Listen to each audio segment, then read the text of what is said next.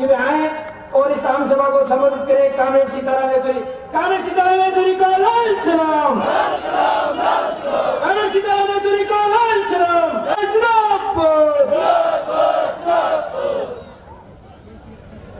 इस सभा के अध्यक्ष, मंच पे बैठे हुए भूतपूर्व सूबाई के नेतागण, कमल बेबी, कमल निरुत्पल वसु, अभी आ रहा था जयपुर से आपके सीकर पे, तो हमें रास्ते में बताया गया कि हमारे एसएफआई नेता जो जेल में गिरफ्तार थे, आखिरी बेल जो है आज ही सुबह दे दी गई। यानी इस सीकर के ये ऐतिहासिक रामलीला मैदान में एसएफआई की ये 15वीं राष्ट्रीय महासम्मेलन जो हो रही है, उसके संदर्भ में ये जलसा जो हो रहा है आपके इस रामलीला मैदान में, सिर्फ ये जलसा शुरू होने से पहले, जलसा के अंदर बात होने से पहले, आपके सम्मेलन में निर्णय लेने से पहले सिर्फ एक संदेश काफी था आपके राजस्थान सरकार को कि यहाँ पर जलसा हो रहा है। अगर ये राज्य सरकार इतनी डरती है तो आपके जो संघर्ष होने वाले हैं आने वाले दिनों में, उसे अपनी पूरे मांग हासिल करके ही आप जो है रहेंगे एसएफआई राजस्थान के अंदर, और बाकी समुदाय जो राजस्थान के अंदर जो संघर्ष कर रहे हैं, ये विश्वास बढ़ता है। यानी आपका उत्साह को देखकर लग रहा है कि महारानी की सरकार फिर दोबारा सोचने लगी। इसका नौजवान और उन नौजवानों का नेतृत्व देने वाले छात्रों में वो है आपका एसएफआई। तो आपके एसएफआई को हमारी सब क्रांतिकारी अभिनंदन आपके ये 15वीं अखिल भारतीय सम्मेलन के लिए। लेकिन आज जो सपना देख रहे हो एक बेहतर भारत बनाने की, वो बेहतर, मैं आपके बीच में आ रहा हूं सीधा हैदराबाद से। इसी तरीके से वहां पे भी एसएफआई और वो अंबेडकर छात्र संघ का एक दलित छात्रों के ऊपर वाइस चांसलर ने कार्रवाई की, और वो कार्रवाई जो उन्होंने किया उसके विरोध में आज भूख हड़ताल पर जो बैठे हुए, उन भूख हड़ताल पे जब उनका चल रहा था छात्रों का दमन जो चल रही थी, उसके खिलाफ संघर्ष जो हो रहा है, अफसोस की बात है उनमें से एक छात्र को आत्महत्या करने की नौबत पैदा हो गई। और ये आत्महत्या आज उनको करना पड़ा क्योंकि एबीवीपी को इस्तेमाल करते हुए आज के केंद्र सरकार और राज्य सरकारें, जहां पर उनके सरकार है या उनके सहयोगी सरकार है जैसे आपके राजस्थान में, उसको इस्तेमाल करके छात्र आंदोलन के जो छात्र एक सपना देखते हैं बेहतर भारत बनाने के लिए, उनके विचारों को कुचलने की आज पूरी की पूरी बहुत बड़ा आंदोलन आज वहां पर खड़ा हुआ। सरकार को झुकना पड़ा, बाकी छात्रों के ऊपर जो एक्शन लिया उसको वापस लेना पड़ा, को इस्तेमाल करके हिंदुत्व की विचारधारा को ले आते हुए यहाँ पर आज एक बेहतर भारत बनाने की सपना नहीं, लेकिन एक बदतर भारत बनाने की सपना आज ये सरकार और मोदी साहब हमें दिखा रहे हैं। हमारे प्रधानमंत्री है संसद के अंदर, कई बार हमें हमारे प्रधानमंत्री को खोजने की जरूरत पड़ती है क्योंकि वो देश में होते नहीं। ये नौबत आ गई कि पिछले बार संसद की सदन शुरू हुई थी, हमारे प्रधानमंत्री महोदय ही सबको नजर आ रहा था संसद में कि वो अपने पीछे खोज रहे थे, कुछ चीज था, वो पार्लियामेंट में भी सीट बेल्ट को खोज रहे। आदत उनकी है हवाई जहाज में बैठकर दुनिया देखना। देश के अंदर जो हो रहा है, एक भी वादा उन्होंने पूरा नहीं किया आज, और उल्टा इस सर यही रखा गया ये जुमलों की सरिया जाएगा। अगर 100 रुपए खर्चा हो तो सरकार 150 रुपए में वो फसल खरीदेगी, ये वादा था।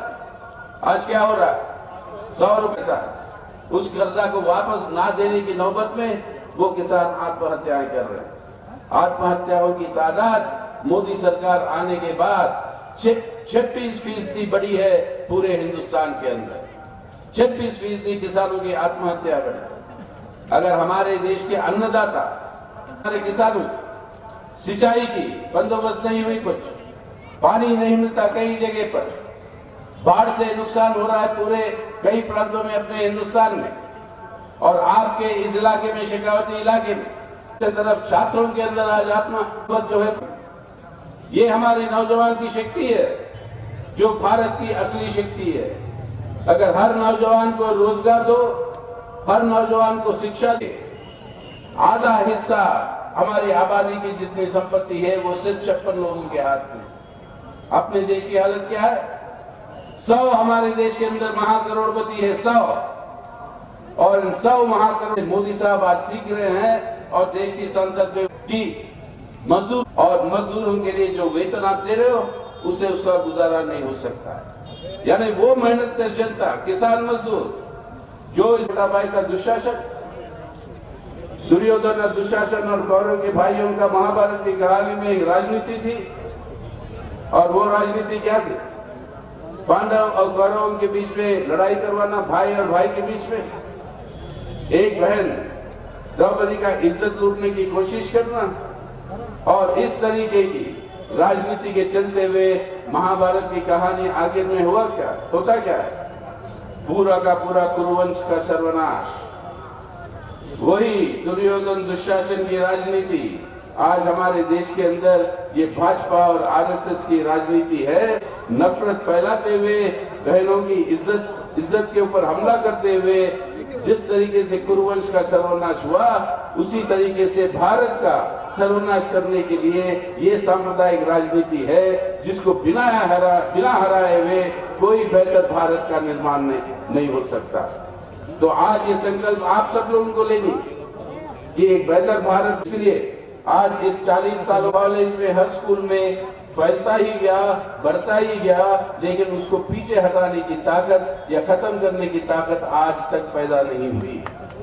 और आज उस ताकत को पैदा होने से पहले ही खत्म करने की जरूरत है, तभी एक बेहतर भारत बन सकता है। तो आज इस बेहतर भारत बनाने के लिए हमारी आह्वान है आप सबसे। लाल झंडा तो लड़ता रहेगा, लाल झंडा लड़ता रहेगा, है हमारे सामने। हमारे देश के अंदर साधनों की कोई कमी नहीं है। उन साधनों को इस्तेमाल करें, जनता के हित में उस तरीके की नीतियों को लागू करना है, और उन नीतियों को लागू करना है तो एक भाई को दूसरे भाई से लड़ाने वाली सांप्रदायिक ताकतों को दूर रखना है, वरना इस सांप्रदायिक तनाव के खत्म करने की साजिश ये भाजपा और आरएसएस कर रही है। अब उनके खिलाफ उनसे लड़ाई करते हुए, उनको कमजोर करते हुए आप एक वैकल्पिक नीतियों का रास्ता बनाना है, ताकि एसएफआई का सपना एक बेहतर भारत बनाने की उसको हम हासिल कर पाएंगे। तो आइए इसको सीकर की पूरी परंपरा को ध्यान में रखते हुए यहाँ से ये एक नया रामलीला की कहानी की रचना शुरू हो रही है। ये नया रामलीला की रचना की शुरुआत जो तरीके की एक रणभूमि से आपको ये नारा आज उठाना होगा, यहाँ से इस 15वीं सम्मेलन के अवसर पर। ये काम आप सब लोग करेंगे, हमारे एसएफआई के भाई बहन और हमारे बुजुर्ग सब, इन सब के अपने बच्चों की शरण भी देंगे उनको, और उनको कामयाब बनाने के लिए मदद भी करेंगे हम, क्योंकि बिना उनके एक नया भारत का निर्माण नहीं हो सकता।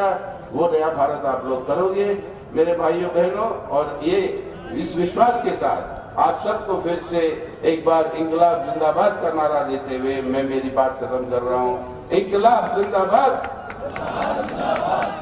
इंकलाब। 25% पैसा 100 रुपए से इस कॉन्फ्रेंस के लिए किया है। मैं ऐसे भाई की